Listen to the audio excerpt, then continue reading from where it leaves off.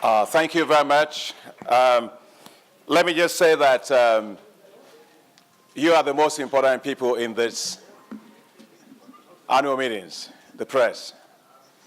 Because I must say straight off that I have been following all of your write-ups. I've been following all of the coverage. And nothing could be more important than covering a time of real relationship being solidified between India and Africa. Prime Minister Modi, when he launched his work, he launched the India-Africa Partnership. That India-Africa Partnership that he launched was one that was based on history, based on a long history between India and Africa. Cultural ties, you have a little bit of some linguistic ties because we have so many Gujaratis and so on, so many Indians in Africa. Lots of business ties also with India. This meeting, having the Prime Minister open it, has been so wonderful to have.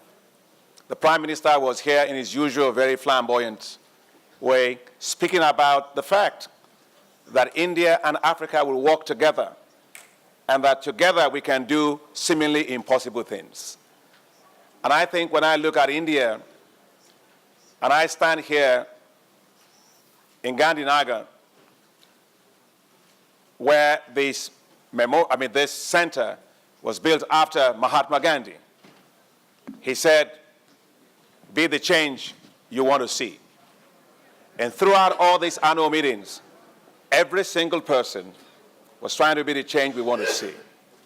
And the change we want to see is to light up and empower Africa, is to feed Africa, is to industrialize Africa, is to integrate Africa, and of course, to improve the quality of life of the people of Africa. These annual meetings focus on agriculture. And throughout the meetings, we talked about how to make agriculture cool. Agriculture is cool, and agriculture is the biggest money-making frontier that Africa has. I was very delighted in every session, in every interaction. The focus was how to make agriculture a business. Agriculture is not a way of life. It's not a development program. It is a business. And it is a business that will help Africa to create a lot of jobs, will help Africa to reduce a food import bill, will help Africa to export and be a significant player in the global economy. You cannot develop with what you don't have.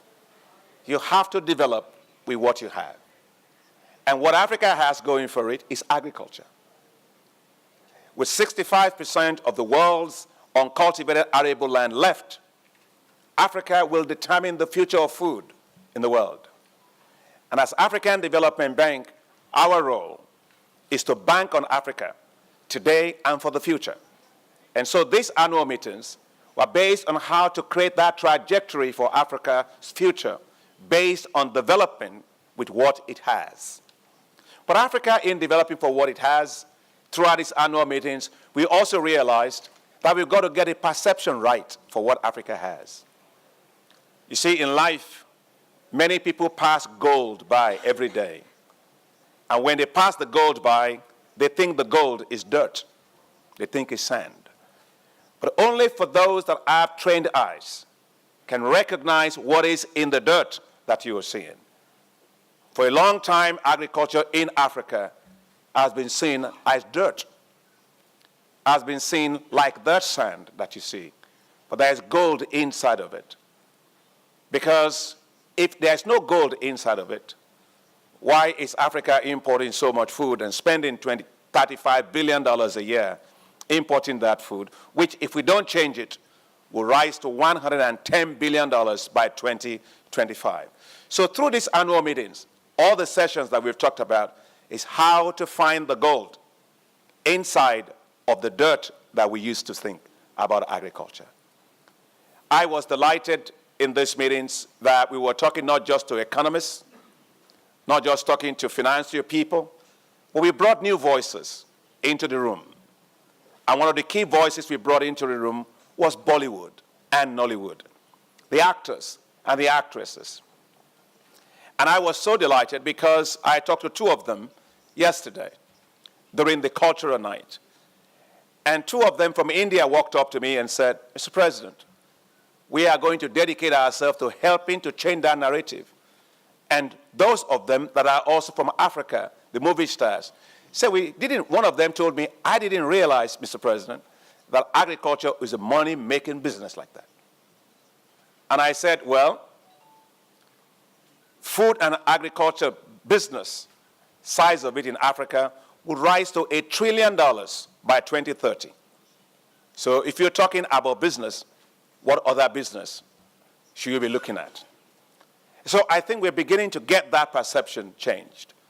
One other thing that changed in this annual meeting for agriculture in Africa is the focus of young people.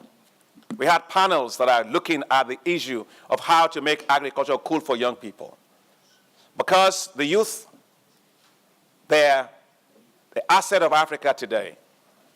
And they will be one of the greatest assets of Africa into the future. We must trust them. We must empower them. We must stimulate their entrepreneurship and give them the resources they need to succeed.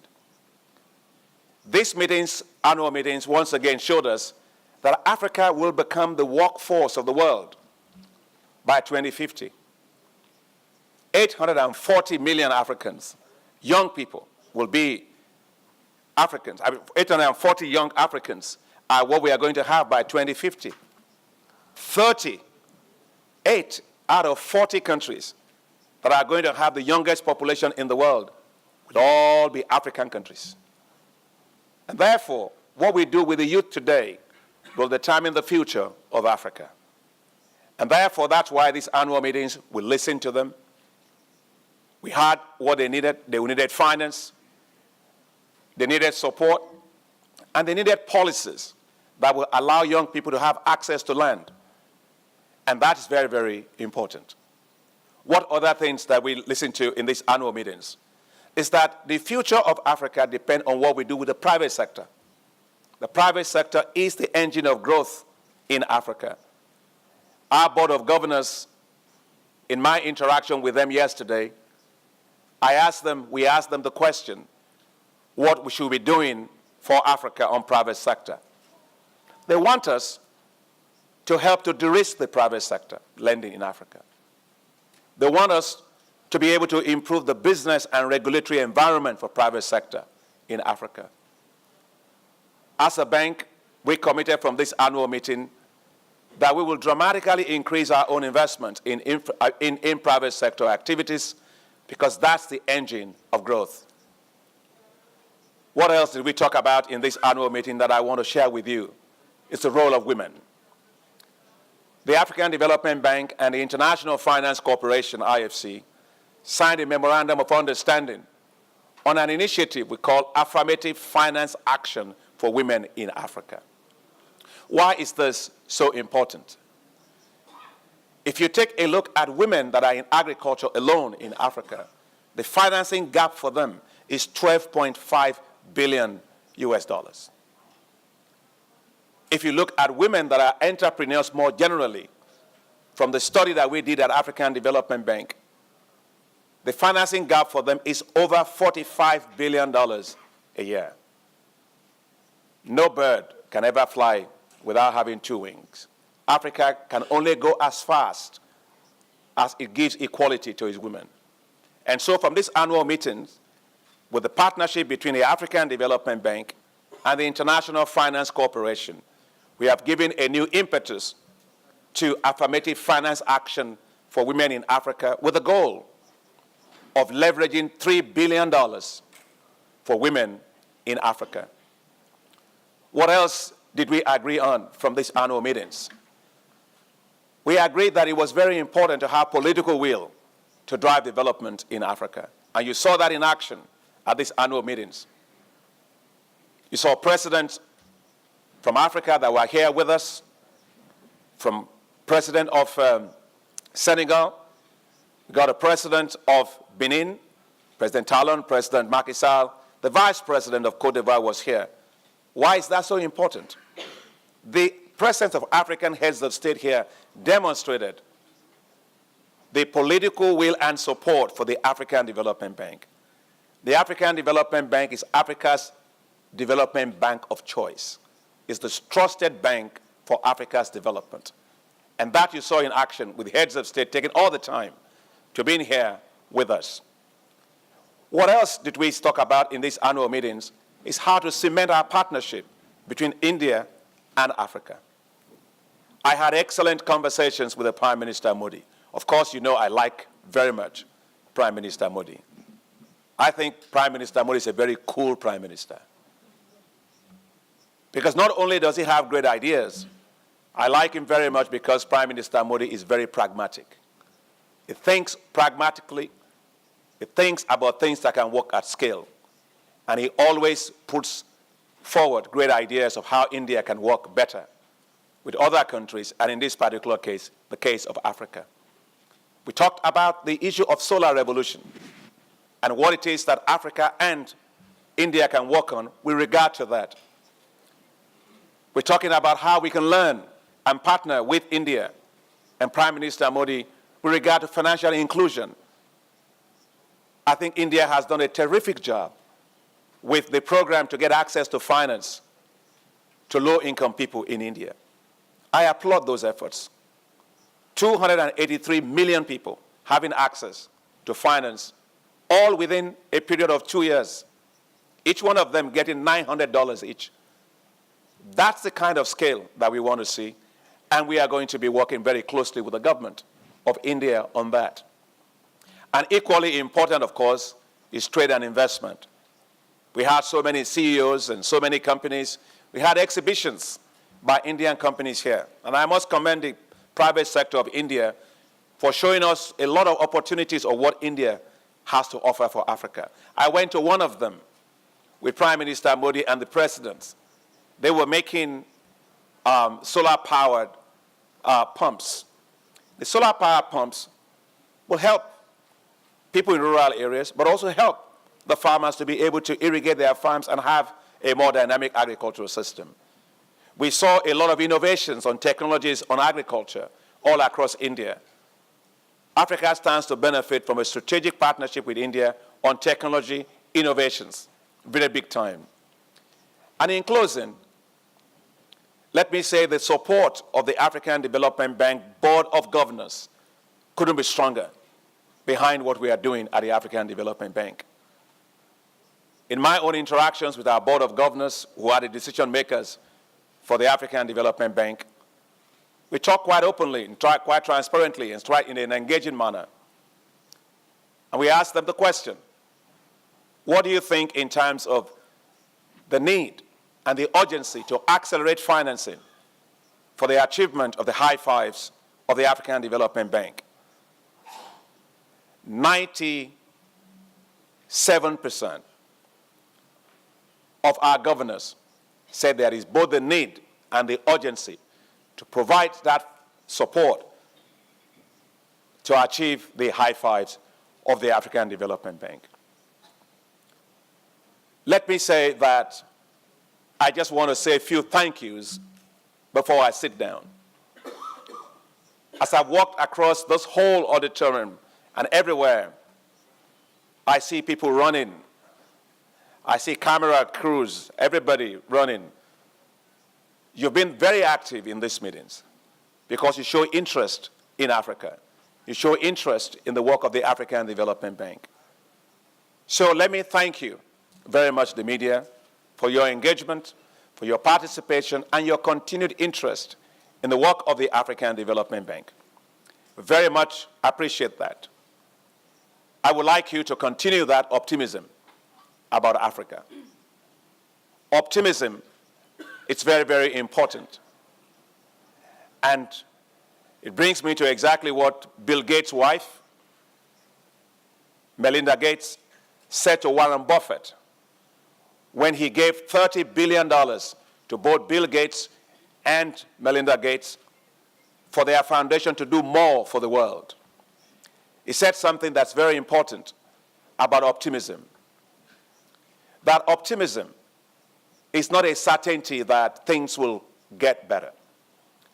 But actually, it's a very important thing about that you will get things done.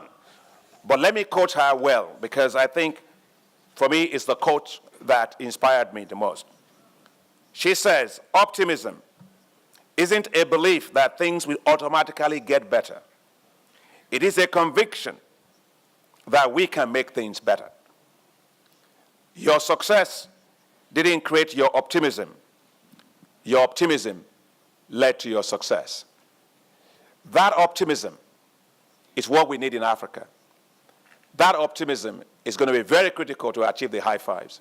And I know that with the media showing the stories of those people that we are impacting on the continent, you help to create that dynamic optimism that Africa needs to achieve its high fives.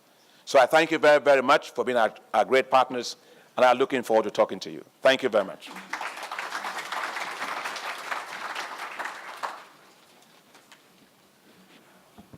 Thank you, Mr. President. Mr. President, dear colleagues, this is now the session for questions and answers. Please introduce yourself and give the name of your media, and feel free to ask questions in local languages. My colleague, Anshu, will help. Microphone. Thank you very much. My name is Emmanuel K. Dugbevi. I work for Ghana Business News. Post-colonial Africa is 60 years old. Almost every African country has an agriculture college in our universities. This is not the first time we are talking about agriculture as a source of creating wealth on the continent, or agriculture as business. The Alliance for Green Revolution in Africa is doing some work. What will it take for Africa to reach that stage where it will actually practically turn agriculture into real business for its people? Thank you.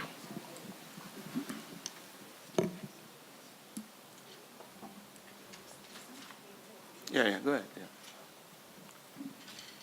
My name is Angel Navuri from The Guardian in Tanzania. This year's theme is about transforming agriculture, but I'm so concerned about finance. I can cite an example. For example, in Tanzania, we have a case where, as the government, since President Kikwete's time, allocated a lot of money for agriculture when he launched Kilimo Kwanza. And we have been getting a lot of support from development partners. But I'm so concerned that money did not get to the small farmers.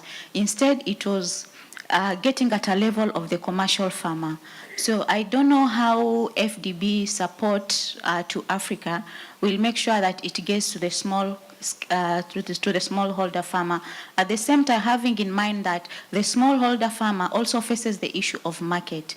And banks, for example, in my country, in Tanzania, does not lend money. It has stopped lending money to farmers, especially the smallholder farmers, saying that they cannot pay it back. So I don't know, with this transforming agriculture, and when you link it to the access to finance to the smallholder farmer, how is FDB going to work on that? Thank you. We'll take a third one, and after allow the President to answer.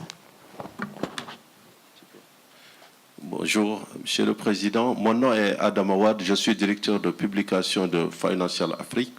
Durant cette grande conférence qui se tient sur les terres de Mahatma Gandhi, le président Macky Sall du Sénégal a dit qu'il faut recapitaliser la BAD. Il faut que les membres régionaux et non régionaux soutiennent la recapitalisation de la BAD. Monsieur le Président, est-ce que aujourd'hui la BAD est en voie d'augmentation du capital pour accompagner les grands projets du High Fives? Et quel est l'état aujourd'hui de ce processus d'augmentation de capital? Merci, Monsieur le Président.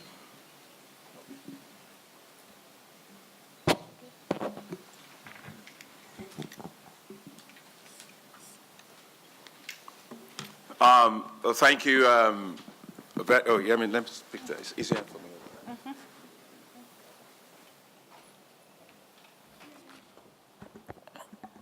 Yeah, thank you very much for your questions. Let me start with the colleague from Ghana.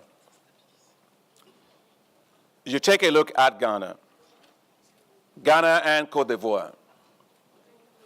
Historically, they produce 64 to 65% of world's cocoa. And not too long ago, I watched a program on CNN in which they tried to provide chocolates to some farmers in Ghana and also in Cote d'Ivoire. The farmers did not recognize the chocolates. They had to explain to them that these chocolates came from cocoa, which you produced. The point I'm trying to make is, for way too long, the reason why agriculture had not worked in Africa is that Africa was content with taking peanuts from others. Africa was simply content by not being a big player in what it produces. So as a result, you export cocoa beans to others, and you import the chocolates and other things from them. I was in Belgium one day as an airport. I do this all the time, and I went into the airport and I bought a lot of chocolates. My wife is here, she loves chocolates, so I have to do that. I was in this particular store, and they said they have been in this business of making chocolates since 1863. And when I finished, they told me, "What do you think of our company?" I said, "Well, your company is doing a good job of your making chocolates. But for me, what it tells me is that Africa has been doing a stupid thing since 1863. Selling cocoa and importing everything else, it doesn't produce it." So the point I'm trying to say, what is new this time, is that the time has come for Africa to turn into profitable products what it produces. So in the case of Ghana and Cote d'Ivoire, transform the cocoa, make chocolate. What's the brain surgery making chocolates and other drinks from cocoa? Nothing. And so that has to change first. The second thing that has to change is that the lenses with which we look at agriculture were the wrong lenses. If you look in Europe today and the United States, some of the richest people you find in Europe and United States are farmers. In fact, so much so that the President of the United States, Jimmy Carter, was a peanut farmer. He was growing peanuts, groundnuts. You go to Europe, OECD countries today, very rich people, millionaires, they're all farmers. That's because they understood that agriculture is a business. And in Africa, we thought agriculture is a place where you manage poverty. No. So those lenses have to change, and we got to begin to look at agriculture as a business that can actually create tremendous amount of wealth for us on the continent. The other thing that needs to change is that our approach to agriculture was always production. You produce, but the money is never made in production. Everything, you have to have the whole value chain developed. Storage, processing, logistics, cold warehousing, quality, standards. We've got to modernize the sector. We have never modernized the sector. We were simply doing the same old thing we've been doing since independence. And the last thing that I want to say with regard to agriculture, how to make it work better this time, is the fact that for too long, agriculture has been left to old people. See, myself, my father was a farmer, very poor one too. When he was growing up, they were working as laborers on other people's farms because they couldn't make any money out of it. The only reason I'm here is because somebody took my father out of the village and sent him to school. Otherwise, I would still be there. So the point is, we've got to get young people into agriculture to allow us to get young, more dynamic entrepreneurial people into agriculture. That will unlock innovations, technology, entrepreneurship, and huge performance of Africa's agriculture. So that's why the talk about agriculture in the past, about just agriculture, but that's just for managing poverty. At the African Development Bank, our focus is how to help countries to take agriculture as a business. And that's why we are going to be investing $24 billion in this particular sector over the next 10 years, which is 400% increase over what we've ever done in that sector. Let me say that with regard to Tanzania, and you talked about, also from Ghana, about AGRA. I used to be vice president years ago of AGRA, and one of those I helped to create AGRA. I worked at the time also in Tanzania. There's a bank in Tanzania that we supported that's called the National Microfinance Bank, NIB, in Tanzania. The challenge that I found was that all of the southern highlands of Tanzania, the production of maize was very low. The farmers didn't have access to seed. The agro dealers to get the seeds and fertilizers to them were not there. And so productivity was low for all those farmers. The farmers were not getting access to finance. But the models to get this done exist. We decided to do a risk-sharing facility with the National Microfinance Bank of Tanzania. And we put in on their balance sheet $1 million when I was at AGRA as a guarantee facility for that bank so that they can lend to these agro dealers. That would allow these agro dealers to have these are small businesses, owners, mom and pop shops across Tanzania. And it worked. We leveraged $10 million straight for these small and medium, small agro dealers. And the huge production of maize that you found in southern highlands of Tanzania was because of that. I have never seen any farmer that wants to be poor. And in my career, I have also never seen a subsistence farmer. You may think that is shocking. It should be shocking. Because they are subsistence not by choice. It's because they don't have access to technologies, access to finance, access to markets, access to infrastructure. All farmers want to send their kids to school to be just like you and myself. They want to have good housing like we all have. I came out of poverty, and I know poverty is not pretty. And so what we have to do is we have to remove the boundary conditions around poor smallholder farmers.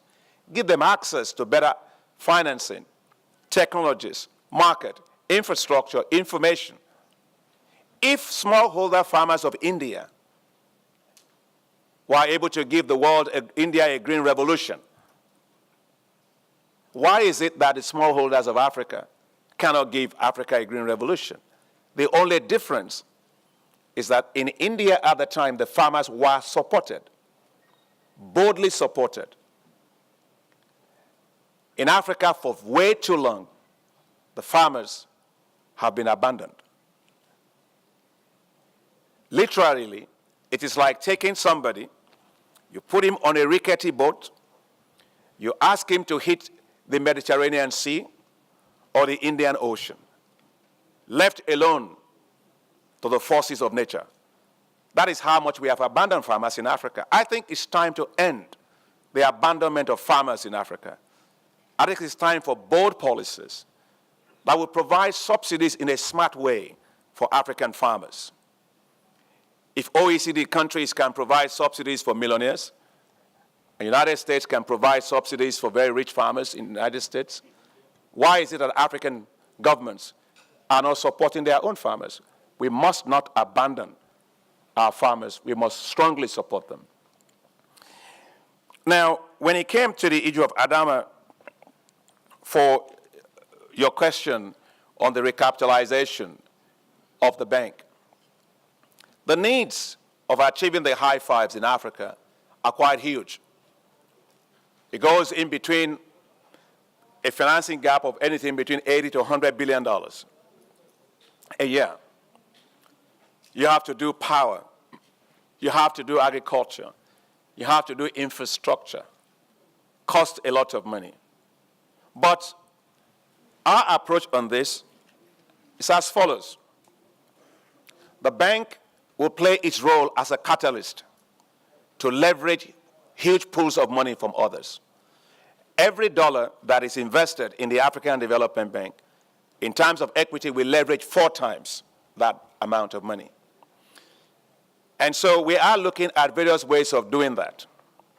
First, of course, is to be able to create more headroom for ourselves. So we have something called Multilateral Development Bank Risk Exposure Exchange, which is we share risk with other banks like the Inter-American Development Bank and so on. That frees up about $10 billion for us. We are looking at how to do co-financing with others, with China, with Korea, with India, with Japan and others. Co-financing will play a big role. Private sector will play a big role. But at the end of the day, even our governors agree that there will be need for a general capital increase for the bank. And what we are talking about is exactly when. But that we are going to need that was never in doubt.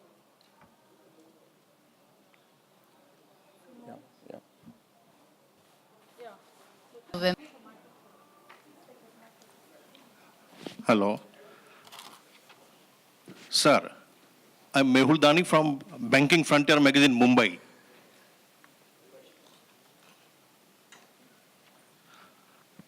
President, sir, are you satisfied with the outcomes of these 4 days of conference? Do you think the targets which you had envisaged before coming here have been met? And what are the biggest takeaways of this annual meeting? Thank you, sir. Well, let me say that I have been very, very satisfied with these annual meetings and in terms of expectations being met. What are the expectations that I had when we started the annual meetings here? First was to work with the Indian government to create a new partnership strategy between India and Africa through the African Development Bank. That's the first thing. Second was about making agriculture well understood by our ministers of finance. That is not something you will leave for ministers of agriculture. It is central to how you have macroeconomic and fiscal stability of African countries. And third is to be able to get the private sector to invest a lot in Africa. And finally, to be able to get our young people excited about investing in agriculture. All the above had been met. I was delighted in all of my interactions with Prime Minister Modi, and very much encouraged by his very strong support for the African Development Bank and his very strong support for a stronger partnership between India and Africa. I met yesterday with the Minister of Power of India, and we talked about ways in which India will partner with the African Development Bank on the issue of power. The private sector all across here were excited about the opportunities to invest in Africa. The young people that you saw here were all encouraged that there will be new financing facilities to support them in Africa. And of course, I've enjoyed a lot of very good food here and enjoyed also a lot of Indian music, so I'm very satisfied. Yeah, Kenneth from CNBC Africa. If Africa is going to transform the agriculture, I think the quality of research coming from the continent is also important. I'd like to get a sense of what the bank is doing to strengthen research for homegrown solutions.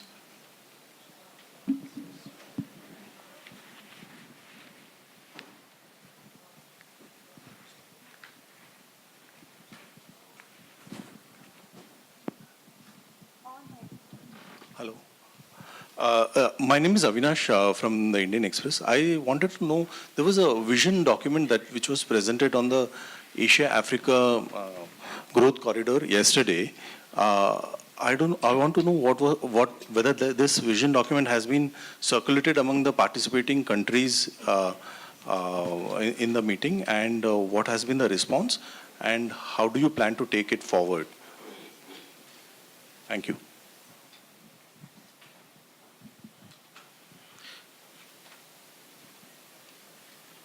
Hello, I'm Keyur from DNA newspaper. You said you like to change the perception about agriculture, sir. So how? And you also mentioned Bollywood. So do you plan to use movies also for it?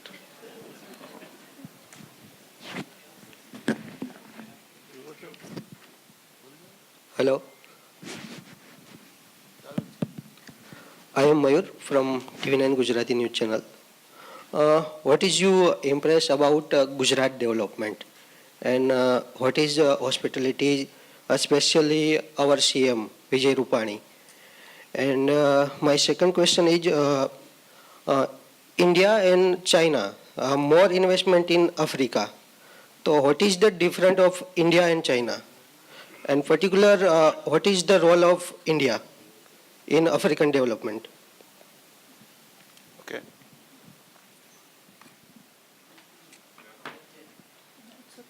Oui. Okay for now. Okay. Oui. Bonjour, Monsieur le Président. Une minute, s'il vous plaît. Oui. D'accord. Mr. President, taking the cue from what you said of investments going into Africa,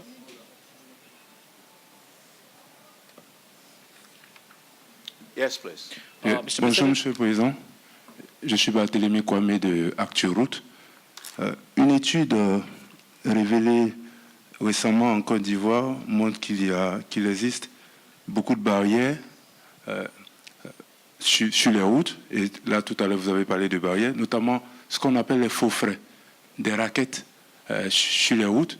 Et cette étude, qui est publiée par les autorités ivoiriennes, montre que les montants les plus élevés se trouvent sur les routes qui sont dans les zones agricoles, notamment, pour être plus précis, dans la région de Vavois, où pour 100 km parcourus, les montants s'élèvent à plus de 3 000 francs CFA. Alors qu'on sait que les paysans, comme vous l'avez dit, sont les plus pauvres. Que peut faire la BAD pour que ces faux frais-là soient rétrécis, sinon annulés? Je vous remercie.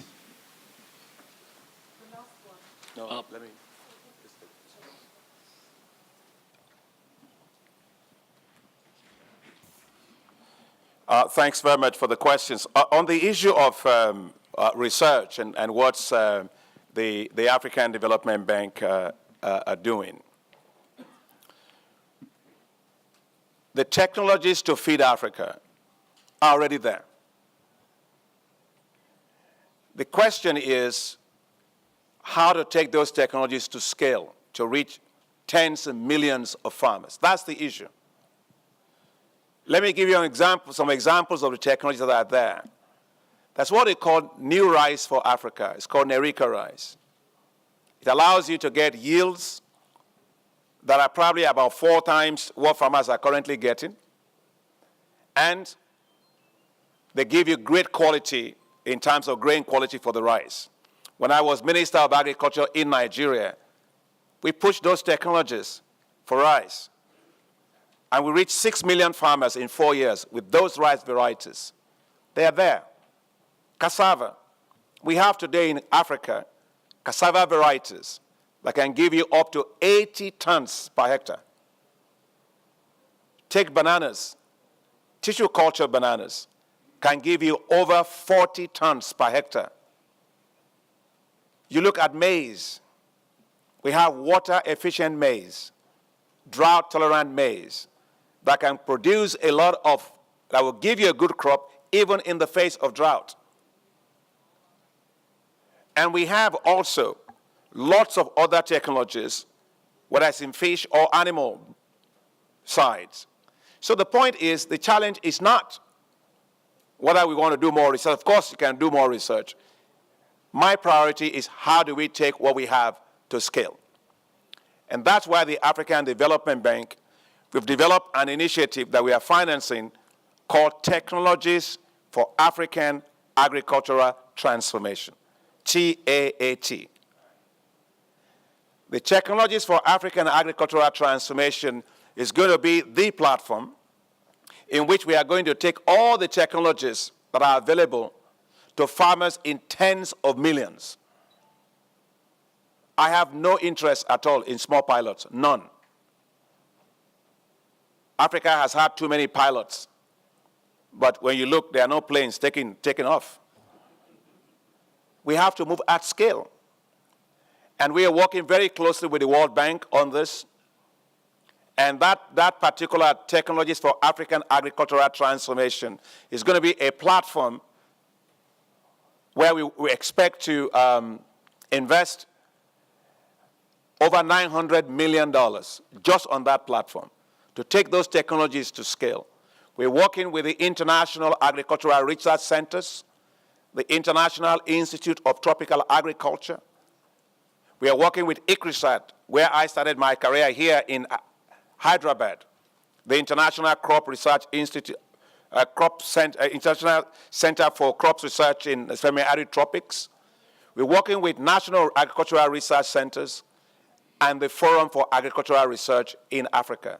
We have that platform to take those technologies to scale. But of course, we are also, as a bank, investing in other areas of research apart from agriculture. Take the case of ICT. The African Development Bank is investing heavily in creating a new cadre of Africans that are going to be new computer coders for the continent.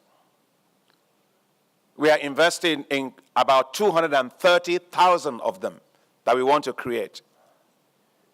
We're investing in institutes of technology that are linked to industrial sectors so that as technologies get developed, so that as students finish, they can actually be linked to the industry. We are, as we speak, we've invested in Rwanda in what you call Kigali Institute of Technology, which is linked with the Carnegie Mellon University in the United States, where we are training today in Africa a world-class master's program in information and communications technology, world-class. And why is the African Development Bank doing this? Because we believe that we must give Africans the skills for the jobs for tomorrow, not the jobs of yesterday. Because tomorrow we require new skills in information technology, in biosciences, in nanotechnology. That's where the big jobs are going to be, in robotics and so on. So we are preparing Africa for that knowledge market of the future. So that's what we are doing right now with regard to investment in terms of research and development. On the issue of the question on the growth corridors, the Asia-Africa growth corridors, let me say that I very much applaud this because the trade corridors have always been there in the past between Asia and Africa. So when Prime Minister Modi mentioned this, of the conversation that he and Prime Minister Abe have had on the issue of these growth corridors, we at the African Development Bank welcome this. Why is this important? It's important because infrastructure is costly. And you cannot have infrastructure everywhere. There has to be particular zones in which you want to put in huge amount of infrastructure so you can optimize on the huge amount of expenses for infrastructure. African Development Bank is already working on growth corridors. We are investing, for example, in Mozambique in what we call the Nacala Growth Corridor. And those growth corridors are connecting Zambia, connecting Malawi to Mozambique through the port to be able to export. We have the Northern Corridor in the East African zone as well. So growth corridors are very important. In West Africa, we are working already to create a growth corridor that will link Lagos to Abidjan and to Dakar. That creates a huge new area for trade and commerce. Growth corridors are important because they will allow industries to be able to operate along them. You lower the cost of transport and so on. So we welcome these growth corridors from the India and Japan, and we are already working with, for example, in Mozambique, we are working with the JBIC, which is the Japanese Bank for International Cooperation, on developing the growth corridor along the Nacala area. and we look forward to opportunities of working with the Indian government on this issue. On your question on changing perceptions of agriculture with movies, I spoke to one of the, I wish I had his card with me, but he is one of the big Nollywood, Bollywood stars here. And he told me that he will work with the African Development Bank to try and see how they can create new types of Oscars for agriculture. And I was very, very pleased with that. And I very quickly told him as well that I would love to be in a movie with him if he gave me the script. So no, because we want to use the movie industry to change people's perceptions about agriculture. Let me tell you why the movie industry is so powerful. If you look at milk, in the past, people were not drinking a lot of milk. And in the United States, they started an ad wherein, you have the mustache with milk. Those are not white mustaches, that's marketing. And all of a sudden, you saw all the movie stars, everybody with white thing, and people started saying, well, I want to be like that, so drink milk. And if you like tennis, you see Roger Federer playing tennis. Just look at them. What do they eat in between sessions? Bananas. Have you noticed that they will sit down and they will drink water and they will eat some bananas? That's strategic because they want to link bananas with people that are highly successful and have energy. And everybody's consuming bananas if you want to be like Roger Federer and so on. So we want to change how people look at agriculture. We don't want people to look at agriculture, when you talk about it, all you see is a lot of very poor people. And I'm not denying that that's the reality today. But there's a lot of successes in agriculture that we need to be talking about so that the young people will realize that it's not the agriculture of the past that we are talking about. And one of the things I got excited about in these annual meetings, looking at the young people on the panels, you see a young doctor, a medical doctor, who put away his stethoscope. He's doing agriculture in Nigeria as a business. His name is Aroge, Mr. Aroge. And so many of them. So we got to change the perception of that. And of course, when I was Minister of Agriculture in Nigeria, I wore my bow ties all the time. And I wanted all the people in the country to know that you can understand agriculture, you can do agriculture, it's cool. But you can also make a lot of money from agriculture. Agriculture is not about poverty. You can be a very rich person being in agriculture, and I don't see why we can't create wealth for millions of people out of agriculture. On my impression on Gujarat, good question, Danyavad. The Gujarat is an impressive place. Gujarat today has an economy that's very dynamic.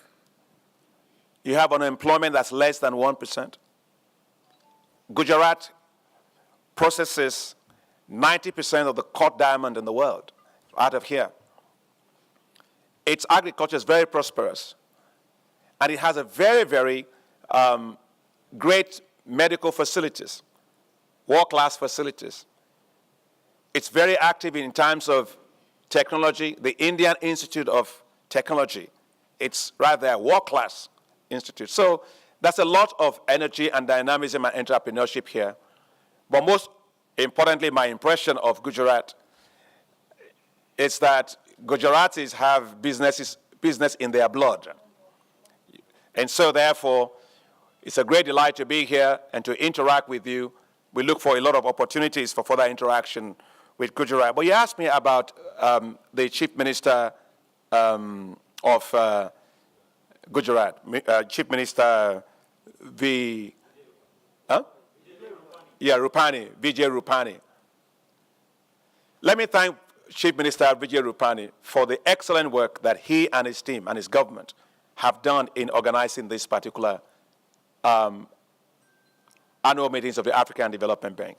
When I came here to come and see the Chief Minister Rupani, he said, we will work hard and make sure everything meets to your satisfaction.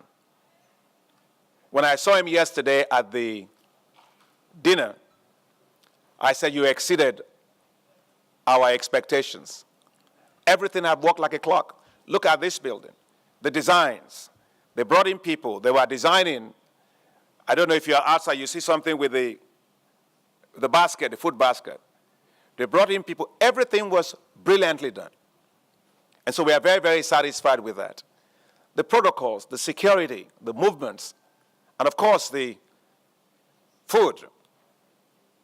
Fantastic food. I told my wife maybe we should stay a few days longer to enjoy our food here. We have had excellent hospitality from Gujarat, and we want to say thank you, Gujarat, thank you, Gujarat, and thank you, Gujarat.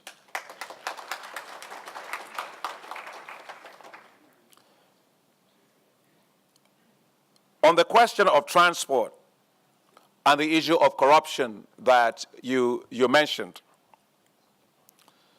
one of the things that makes it very difficult for farmers in Africa is because there are so many roadblocks in moving food out of rural areas to urban areas. You have police that collect bribes. They will tell you sometimes that the light of your car is not working. If you put it on, but it's actually working. And what we have to do is to remove all those blocks to facilitate intra-regional trade in agriculture, because agricultural produce gets spoiled very easily. So we have to be able to move produce quickly. And that's why at the African Development Bank, we are investing heavily in soft infrastructure. We are investing, for example, in one-stop shops so that along the transport corridors, you don't have to waste time. We've done that in Zambia. We've done it in Mozambique. We're doing it in Uganda, in Tanzania. We're doing it in West Africa so that people can actually move their goods very quickly without having to waste too much in that area. But I think we also have to help farmers to organize themselves to have a voice. One of the things that I feel is the greatest challenge for poor smallholder farmers is that we don't hear their voice. Politicians go to them during elections, and immediately the elections are over, they forget about them. So there has to be accountability by political leaders for the poverty that we see. And that's the kind of dynamism that I'm seeing from this meeting, listening to the heads of state that have been here. I'll take one more question. No, Mr. President. Journalists have requested for group photo review, so... Can you take this one last question, please, sir? No, because I see, yeah, you can, yeah, I see him, yeah. You want to ask a question? I saw your hand, yeah? No, Brooke, no, okay. Okay, all right. Can we last question. Sir, taking a cue from what you said of addressing the high-fives by the African Development Bank and this particular summit, is there any possibility of the consortium of the AFDB or AFDEB itself to have its presence in the GIFT City at Gujarat? Anything worked out on that? Any updates on that? For the bank to have a presence in GIFT City, because GIFT City is one of the areas where it's addressing the International Financial Services Center. Okay. I'm sure the Chief Minister and Prime Minister would have definitely briefed you about the same project. So is AFDB or the consortium of AFDB banks looking for some presence at GIFT City in Gujarat? So what's your name, please? My name is Himanshu. I represent a portal called Dateline Gujarat, which is my own proprietary, and I talk on the business developments of Gujarat. Okay. I'm very happy, Himanshu, that you're here because I think you got excited about the African Development Bank and our work. Yes, sir. And you will make a great representative of the African Development Bank right here. No, but is AFDB looking for this presence in Gujarat, and you can do it for us for gratis. No, but is AFDB looking for some presence at GIFT, I mean? But we have an office, which is our Asia Regional Office, which is based in Japan, that handles all of Asia. It talks with India, businesses, people, in South Korea, in Japan, but of course in China. And I think that's a strategic platform that we work together. Lots to do in the future. But any consortiums or banks coming to GIFT? Any updates on that? Because that's the kind of investments Gujarat would be looking from African banks. Which one? The kind of presence at International Gift City in Gujarat. The International Gift City is a great place, and I think it will make a lot of things in Gujarat, but I think I can donate you as a gift.